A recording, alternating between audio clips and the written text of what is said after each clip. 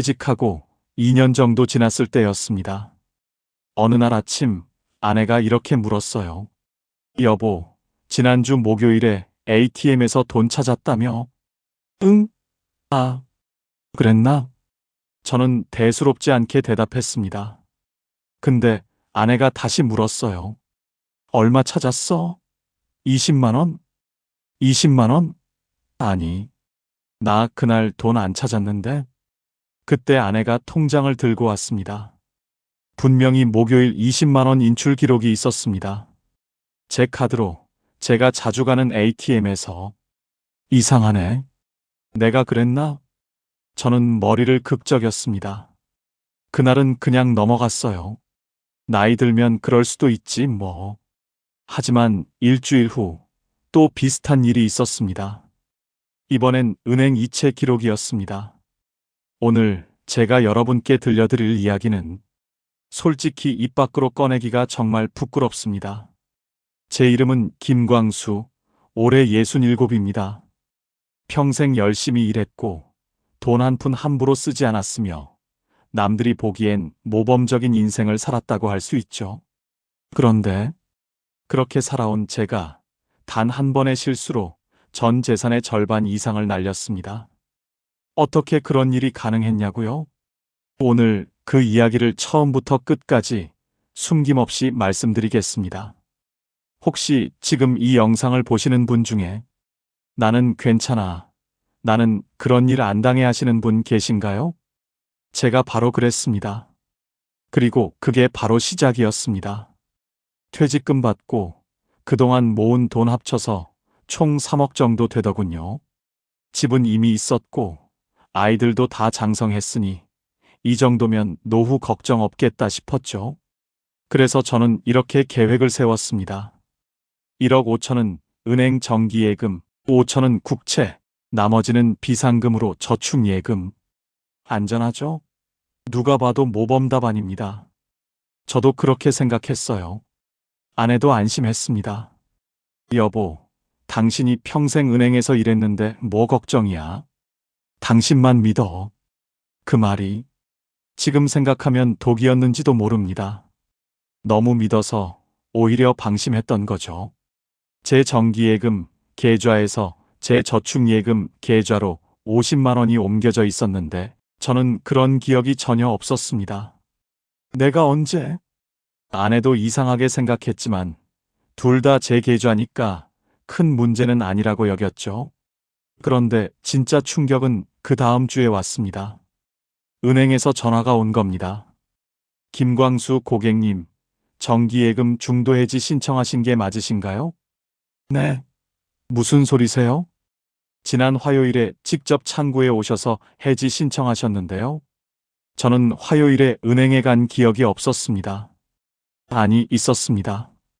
가긴 갔는데 뭐 하러 갔는지 정확히 기억이 안 났어요. 나중에 확인해 보니 제가 직접 가서 85세 생일에 자동 해지로 되어 있던 예금을 즉시 해지 가능으로 조건을 바꿔놨더군요. 왜 그랬을까요? 저도 모릅니다. 지금도 모릅니다. 그때 처음으로 알았습니다. 뭔가 내게 문제가 있구나. 그날 밤 저는 잠을 못 잤습니다. 옆에서 아내는 코를 골며 자고 있었지만 저는 천장만 바라보며 생각했어요. 내가 혹시 치매 오는 건 아닐까? 아니야, 그럴 리 없어. 난 아직 멀쩡해. 하지만 불안은 쉽게 가시지 않았습니다. 그 뒤로 저는 제 행동 하나하나를 의식하기 시작했어요. 오늘 어디 갔는지, 뭐 했는지, 누굴 만났는지 매일 밤 수첩에 적었습니다. 그런데 이상한 건 수첩에 적어놓은 것과 실제 기억이 미묘하게 안 맞을 때가 있다는 거였어요. 예를 들어 수첩엔 목요일 오전 병원이라고 적혀 있는데 제 기억엔 목요일에 병원 안 갔거든요. 아내한테 물어보니 갔다고 하더군요.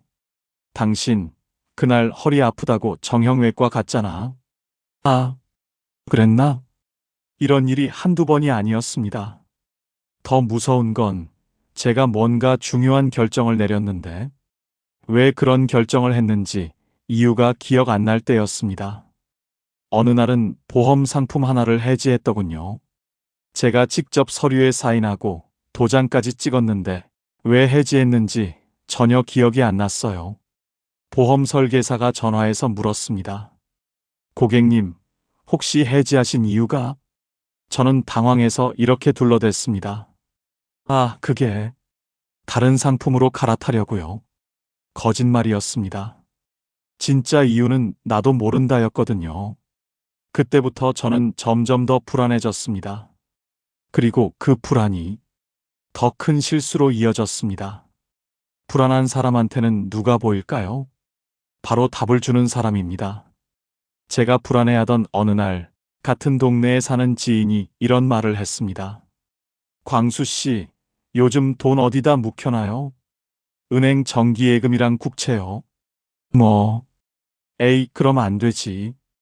요즘 같은 때 그렇게 놔두면 손해예요. 저는 의아했습니다.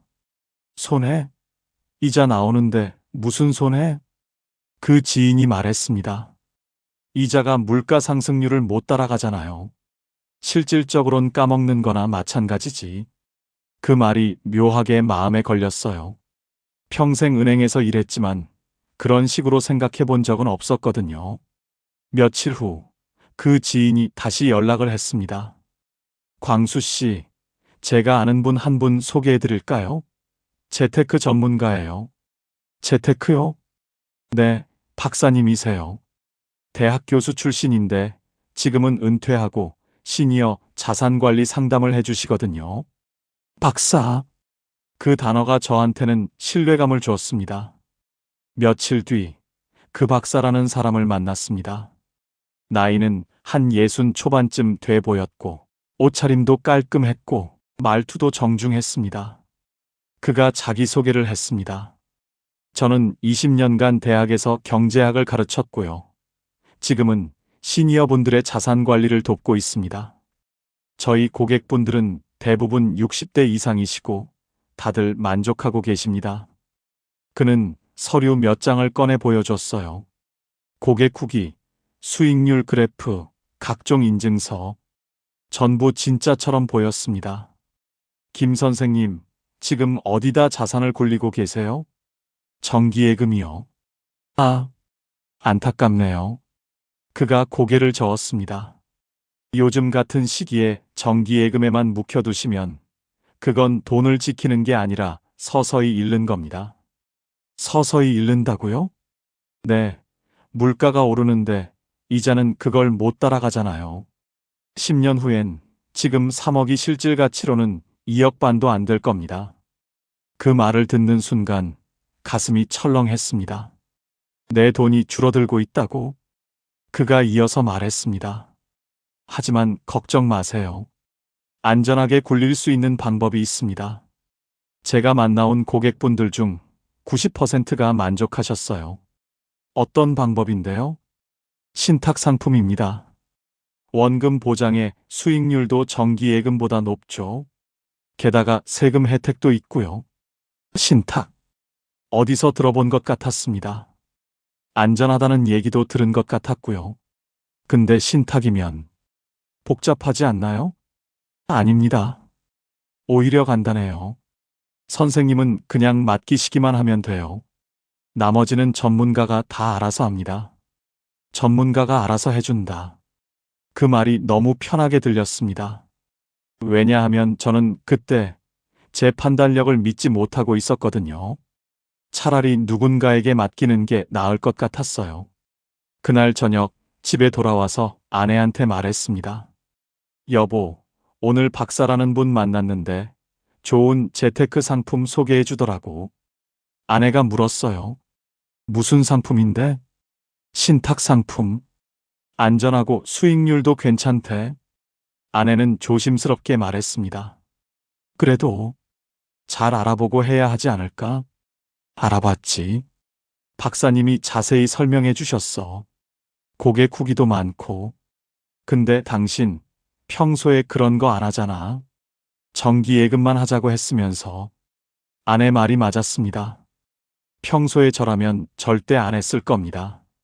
하지만 그때의 저는 달랐어요. 불안했고 뭔가 행동해야 할 것 같았고 내 판단은 틀릴 수 있으니 전문가한테 맡기는 게 낫다는 생각이 지배하고 있었습니다. 며칠 후 박사한테 다시 연락이 왔습니다. 김 선생님 생각해 보셨어요? 네. 그런데 제가 잘 모르는 분야라. 그래서 제가 있는 겁니다. 선생님, 이런 걸 혼자 판단하시려고 하면 어렵죠. 저한테 맡기세요. 저한테 맡기세요. 그 한마디가 너무 달콤했습니다. 그럼 얼마 정도 넣어야 하나요? 글쎄요. 보통 전 재산의 절반 정도는 움직이는 게 좋습니다. 안전 자산과 수익 자산의 균형을 맞춰야죠. 절반. 3억의 절반이면 1억 5천. 좀 큰 금액이네요. 선생님, 돈은 많이 움직여야 많이 불어납니다. 적게 넣으면 수익도 적어요. 그 말을 듣는 순간 묘하게 설득당하는 기분이었습니다.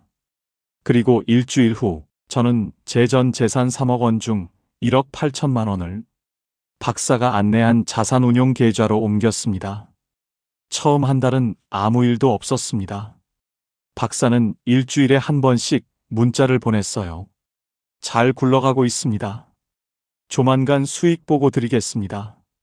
저도 안심했습니다. 역시 전문가한테 맡기길 잘했어. 2달째 접어들 때 박사가 전화를 했습니다.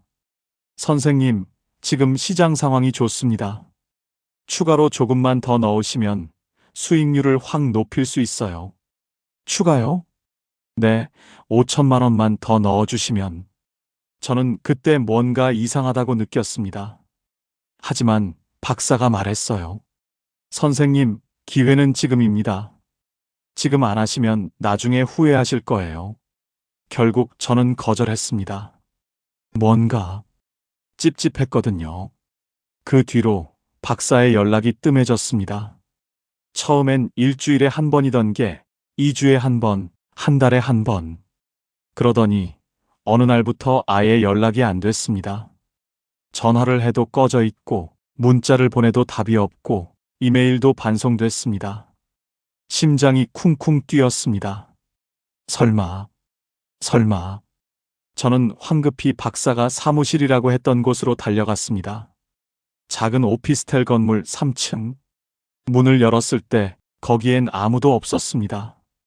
텅 빈 사무실. 책상도 의자도 서류도 없었습니다. 마치 처음부터 아무도 없었던 것처럼. 그 순간 저는 알았습니다. 아, 내가 당했구나. 다리에 힘이 풀렸습니다. 그 자리에 주저앉아서 한참을 그냥 멍하니 앉아 있었습니다. 집에 돌아왔을 때 아내가 밝은 표정으로 맞아주었습니다. 왜 이렇게 늦었어? 밥 먹어. 응. 저는 아무 말도 못했습니다. 밥상 앞에 앉았지만 숟가락을 들 수가 없었어요. 왜 그래? 어디 아파? 아내가 걱정스럽게 물었지만 저는 그저 고개를 저을 뿐이었습니다. 그날 밤 저는 화장실에 들어가서 소리 죽여 울었습니다. 내가 뭘 한 거지? 어떻게 이럴 수가 있지? 3일 동안 아내한테 말을 못했습니다. 차마 입이 떨어지지 않았어요. 나흘째 되던 날 아내가 통장 정리를 하다가 알아챘습니다. 여보, 이게 뭐야? 왜 돈이 이렇게? 저는 더 이상 숨길 수가 없었습니다. 미안해. 뭐가 미안한데? 대체 무슨 일이야? 그제서야 저는 모든 걸 털어놨습니다. 박사를 만난 것, 1억 8천을 옮긴 것, 연락이 끊긴 것, 사무실이 비어있던 것. 아내는 한참 동안 아무 말이 없었습니다. 그러더니 조용히 물었어요. 왜? 나한테 말 안 했어? 미안해. 왜 혼자 결정했어? 저는 대답할 수 없었습니다. 아내가 울기 시작했습니다. 우리 늙어서 어떻게 살아? 어떻게? 그때 느낀 무게감을 말로 표현할 수가 없습니다. 경찰에 신고했습니다. 하지만 경찰은 회의적이었어요. 피해자분이 자발적으로 송금하셨죠? 네. 하지만 속아서 증거가 있나요? 녹음이나 문자 같은 거? 없었습니다. 대부분 대면으로 얘기했고, 문자는 전부 잘 굴러가고 있다는 식의 애매한 내용뿐이었습니다. 수사는 하겠지만, 솔직히 어려울 겁니다. 경찰의 말이 현실이었습니다. 아내의 권유로 병원에 갔습니다. 정신건강의학과 의사 선생님이 여러 검사를 했습니다. 인지 능력 검사, 기억력 검사. 결과가 나왔을 때 제 예상은 맞았습니다. 경도인지장애 초기 단계입니다. 쉽게 말하면 치매로 가는 입구에 들어선 거죠. 의사 선생님이 말했습니다. 이 나이대에서 가장 위험한 게 뭔지 아세요? 바로 내가 괜찮다고 생각하는 겁니다. 환자분은 평생 은행에서 일하셨죠? 돈에 대한 자신감이 있으셨을 겁니다. 그런데 그 자신감이 오히려 판단력 저하를 느끼지 못하게 만들었어요. 의사 선생님의 말이 전곡을 찔렀습니다. 그리고 금융 사기범들은 바로 이런 분들을 노립니다. 스스로 판단 능력이 있다고 확신하지만 실제로는 흔들리는 시기, 그때가 가장 취약한 순간이거든요. 저는 고개를 떨구고 있을 수밖에 없었습니다. ATM에서 돈을 찾은 기억이 없었던 것, 은행 약정을 바꾼 게 기억 안 났던 것, 보험을 해지한 이유를 몰랐던 것, 전부 제 뇌가 보내는 경고였던 겁니다. 나 지금 위험해. 조심해. 하지만 저는 그 신호들을 무시했습니다. 아니, 인정하고 싶지 않았습니다. 이 정도는 나이 들면 다 그래. 누구나 깜빡할 수 있어. 난 아직 멀쩡해. 이렇게 스스로를 속였던 겁니다. 의사 선생님이 그러더군요. 가족 중에 알아챈 분 없었나요? 아내가 조금 이상하게 생각하긴 했는데 왜 병원에 안 오셨어요? 제가 괜찮다고 했습니다. 자존심도 있었고 의사 선생님이 고개를 끄덕였습니다. 그게 문제예요. 특히 남성 어르신들은 자존심 때문에 더 늦게 오십니다. 맞는 말이었습니다. 저도 내가 병원에, 내가 치매 검사를, 이런 생각이 먼저였으니까요. 그 자존심이 결국 1억 8천이라는 대가로 돌아온 겁니다. 지금 저는 변호사를 통해 소송 준비를 하고 있습니다. 박사라는 사람의 본명은 밝혀졌습니다. 전과도 있었고 비슷한 수법으로 여러 명을 속였더군요. 하지만 돈을 찾을 수 있을지는 미지수입니다. 이미 해외로 빠져나갔을 가능성도 있고 설사 잡아도 돈이 남아있지 않을 수도 있습니다. 변호사가 말했습니다. 기대는 하지 마세요. 이런 케이스는 보통 절반도 회수 못합니다. 절반도 못 찾는다. 그러니까 최대 9천만 원 날릴 수도 있다는 거죠. 솔직히 돈보다 더 큰 걸 잃었습니다. 제 자신에 대한 신뢰요. 요즘 저는 뭘 결정할 때마다 의심부터 듭니다. 내 판단이 맞나? 내가 지금 제대로 생각하는 게 맞나? 그래서 중요한 건 아무것도 혼자 결정하지 않습니다. 아내한테 물어보고 자식들한테도 물어봅니다. 창피합니다. 평생 가장으로서 결정을 내려왔는데 이젠 사소한 것도 물어봐야 하니까요. 하지만 이게 맞는 겁니다. 이게 현실을 받아들이는 거고 더 큰 실수를 막는 방법입니다. 여러분, 혹시 지금 이 영상을 보시면서 나는 안 그래. 나는 조심할 거야. 이렇게 생각하고 계신가요? 저도 그랬습니다. 평생 조심하며 살았고 은행에서 일하며 온갖 사기 수법을 봤고 절대 안 당할 거라고 확신했습니다. 하지만 당했습니다. 왜일까요? 이유는 간단합니다. 제가 저를 과신했기 때문입니다. 난 아직 괜찮아. 내 판단력은 문제없어. 나는 남들과 달라. 바로 이 생각이 가장 위험한 함정이었습니다. 나이가 들면서 우리에게 찾아오는 변화는 어느 날 갑자기 오는 게 아닙니다. 아주 천천히, 아주 조금씩 본인도 모르게 찾아옵니다. 어제 한 약속을 오늘 까먹는 것, 방금 뭐 하려고 했는지 기억 안 나는 것, 어디에 뭘 뒀는지 생각이 안 나는 것. 이런 작은 신호들이 나타날 때 우리는 이렇게 생각합니다. 나이 들면 다 그렇지 뭐. 별일 아니야. 하지만 여러분, 그게 바로 시작입니다. 그때가 바로 누군가에게 도움을 요청해야 할 때입니다. 가족에게든 친구에게든 전문가에게든 혼자 끙끙 앓으면서 나는 괜찮다고 우기는 순간 우리는 가장 취약해집니다. 제 경험을 토대로 여러분께 몇 가지 말씀드리고 싶습니다. 첫째, 작은 신호를 무시하지 마세요. 기억력이 예전 같지 않다. 판단이 흔들린다. 같은 질문을 반복한다. 이런 증상이 나타나면 부끄러워하지 말고 병원에 가세요. 빨리 발견할수록 대처할 방법이 많습니다.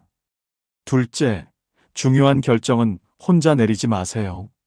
특히 돈과 관련된 결정은 더더욱 자식에게든 배우자에게든 믿을 수 있는 친구에게든 반드시 상의하세요.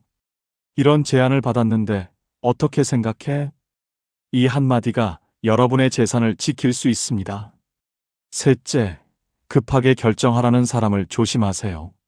지금 아니면 기회 없어요. 빨리 결정하셔야 해요. 다른 분들은 다 하셨어요. 이런 말로 재촉하는 사람은 일단 의심하세요. 진짜 좋은 기회는 급하지 않습니다. 넷째, 처음 보는 사람한테 큰 돈을 맡기지 마세요. 아무리 그럴싸해 보여도, 아무리 학력이 좋아 보여도, 아무리 주변에서 추천해도 최소한 몇 달은 지켜보세요. 급할 게 없습니다. 다섯째, 정기적으로 통장을 확인하세요. 혼자 하기 어렵다면 자식이랑 같이 보세요. 우리 집 돈이 어떻게 움직이고 있는지 투명하게 공유하는 게 중요합니다. 비밀이 많을수록 사기꾼이 파고들 틈이 많아집니다. 제 경험을 통해 알게 된 건데요. 요즘 사기꾼들은 정말 교묘합니다. 예전처럼 노골적으로 돈 주세요가 아니에요. 먼저 신뢰를 쌓습니다. 몇 달 동안 친절하게 대하고 작은 선물도 주고 관심도 보이고 그러다가 어느 날 슬쩍 제안을 합니다. 선생님을 위해서, 선생님만 특별히, 그리고 항상 이렇게 말합니다. 다른 사람한테는 비밀로 해주세요. 왜 비밀로 하라고 할까요? 가족이 말리면 안 되니까요. 또 하나 복잡하게 만듭니다. 신탁이니 펀드니 파생상품이니 어려운 용어를 막 쓰면서 전문가만 아는 거예요 라고 합니다. 이해가 안 되는데도 내가 몰라서 그렇겠지라고 생각하게 만드는 거죠. 여러분, 명심하세요. 이해가 안 되면 절대 하지 마세요. 아무리 좋은 기회래도, 아무리 다른 사람들이 다 한데도 내가 이해 못하면 안 하는 겁니다. 그게 바로 현명한 거예요. 소송은 아직 진행 중입니다. 변호사님 말로는 1년은 걸릴 거라고 하네요. 그동안 남은 돈으로는 조심스럽게 살고 있습니다. 사치는 포기했고, 여행도 못 가고, 손주들 용돈도 예전만큼 못 줍니다. 무엇보다 힘든 건 제 자신에 대한 신뢰가 무너진 겁니다. 요즘은 아내가 저를 걱정스럽게 바라봅니다. 당신 괜찮아? 저는 대답합니다. 괜찮아. 뭐. 하지만 사실 괜찮지 않습니다. 밤에 잠이 안 올 때가 많아요. 그때 왜 그랬을까? 왜 아내한테 먼저 물어보지 않았을까? 후회가 파도처럼 밀려옵니다. 요즘 제 하루는 이렇습니다. 아침에 일어나면 수첩을 봅니다. 어제 뭘 했는지, 오늘 뭘 해야 하는지 전부 적어놨습니다. 통장도 매일 확인합니다. 아내랑 같이요. 여보, 오늘 돈 나간 거 있어? 응, 마트에서 3만 원 썼어. 이런 식으로 매일 점검합니다. 귀찮지만 안전합니다. 중요한 전화나 문자가 오면 바로 결정하지 않습니다. 제가 좀 생각해보고 연락드릴게요. 그리고 아내나 아들한테 물어봅니다. 이런 제안이 왔는데 어떻게 생각해? 처음엔 자존심이 상했어요. 내가 이것도 혼자 못 정하나. 하지만 지금은 괜찮습니다. 오히려 마음이 편합니다. 혼자 결정하는 부담감이 없으니까요. 그리고 무엇보다 가족들과 대화가 많아졌습니다. 예전엔 제가 가장으로서 모든 걸 혼자 결정하고 알려주기만 했어요. 지금은 같이 의논하고 같이 고민합니다. 어쩌면 이게 더 건강한 관계일지도 모르겠습니다. 소송 준비하면서 알게 됐는데요. 저 말고도 피해자가 더 있었습니다. 같은 동네에 사시는 70대 할머니, 옆 동네 60대 할아버지. 다들 비슷한 수법으로 당했더군요. 한 분은 저보다 더 심했어요. 전 재산을 다 날리셨대요. 지금은 자식 집에서 얹혀 살고 계시다고. 그 얘기를 듣고 가슴이 너무 아팠습니다. 우리 같은 세대가 왜 이렇게 쉽게 당하는 걸까요? 변호사님이 설명해 주시더군요. 어르신들은 기본적으로 사람을 믿으려는 성향이 있어요. 특히 예의 바르고 학력 높아 보이는 사람한테는 더 쉽게 마음을 여십니다. 그리고 노화로 인한 판단력 저하를 본인들이 인정하지 않으려고 하시죠. 사기꾼들은 바로 그 지점을 노립니다. 맞는 말이었습니다. 우리 세대는 사람을 의심하지 말라고 배웠어요. 정직하게 살면 복 받는다고 믿었고요. 하지만 세상은 변했습니다. 그 착한 마음을 이용하는 사람들이 생겼어요. 슬프지만 받아들여야 합니다. 이제는 의심도 필요한 시대라는 걸. 며칠 전 반가운 소식이 있었습니다. 박사라는 그 사람을 경찰이 붙잡았대요. 해외로 도피하려다가 공항에서 잡혔다고. 변호사님이 전화했습니다. 김 선생님, 일부는 회수 가능할 것 같습니다. 정말요? 네, 얼마나 될지는 모르겠지만 희망은 있습니다. 그 말을 듣는 순간 눈물이 났습니다. 전액은 아니더라도 일부라도 돌려받을 수 있다면. 하지만 더 중요한 건 그 사람이 더 이상 다른 사람을 못 속인다는 거죠. 저 같은 피해자가 더 생기지 않는다는 것. 그게 더 다행입니다. 요즘은 조금씩 일상을 회복하고 있어요. 병원 치료도 꾸준히 받고 의사 선생님이 처방해준 약도 먹고 인지 훈련도 하고 있습니다. 완벽하게 돌아갈 수는 없겠지만 더 나빠지는 건 막을 수 있대요. 그리고 이제는 받아들였습니다. 나도 나이 들었구나. 도움이 필요한 시기구나. 그걸 인정하니까 오히려 마음이 편해졌어요. 마지막으로 이 말씀을 드리고 싶습니다. 나이 들어가는 게 두렵고 판단력이 흐려지는 게 무섭고 누군가에게 의지해야 한다는 게 창피하고 이런 감정 저도 다 느꼈습니다. 하지만 그걸 인정하고 받아들이는 순간 오히려 자유로워졌어요. 우리는 완벽할 필요가 없습니다. 모든 걸 혼자 해낼 필요도 없고요. 나이 든다는 건 약해지는 게 아니라 지혜로워지는 겁니다. 나도 도움이 필요하구나를 아는 것, 그게 바로 지혜입니다. 저는 이 힘든 경험을 통해 더 겸손해졌고, 더 현실적이 됐고, 더 가족과 가까워졌습니다. 물론 돈은 잃었지만 더 소중한 걸 얻었다고 생각합니다. 여러분도 늦지 않았어요. 솔직히 이 영상 만드는 게 쉽지 않았어요. 제 부끄러운 과거를 꺼내놓는 거니까요. 하지만 만약 이 영상이 단 한 분에게라도 도움이 된다면 그것만으로 충분합니다. 혹시 비슷한 경험 있으신 분 또는 지금 비슷한 상황에 계신 분 댓글로 나눠주세요. 함께 이야기하면 외롭지 않습니다. 그리고 주변에 나이 드신 분들 계시면 이 영상 꼭 공유해주세요. 예방이 치료보다 100배 낫습니다. 좋아요, 구독, 알림 설정도 부탁드립니다. 앞으로도 여러분께 도움이 되는 진솔한 이야기들로 찾아오겠습니다. 감사합니다.